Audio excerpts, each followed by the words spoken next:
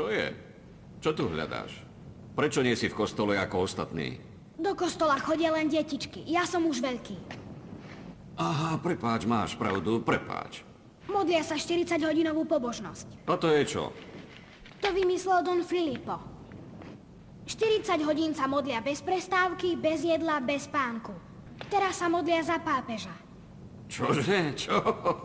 Modlia sa 40 hodín bez prestávky za Pavla IV. Áno. A Don Filipo hovoril, že ani 40 hodín nestačí. Má pravdu. A ozaj.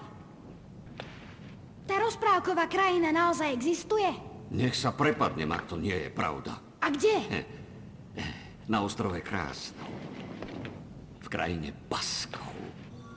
Tam, kde sa to volá Uži si. Uži si do síta.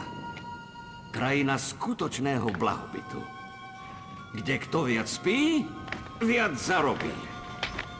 A kde je vinič priviazaný o paličky klobások. A kde rieky bieleho a červeného vína tečú po dlaždiciach z hermelínu a ementálu. Báchorky.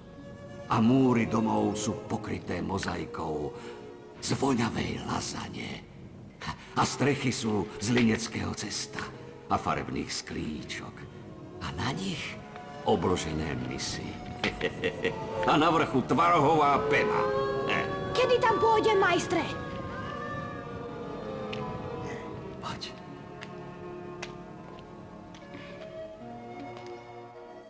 A Leoneta? Zabudol si na Leonetu? Nie. Nezabudni, že si jej dal sľub. Najprv ju treba vyrvať z pazúrov jezuitov.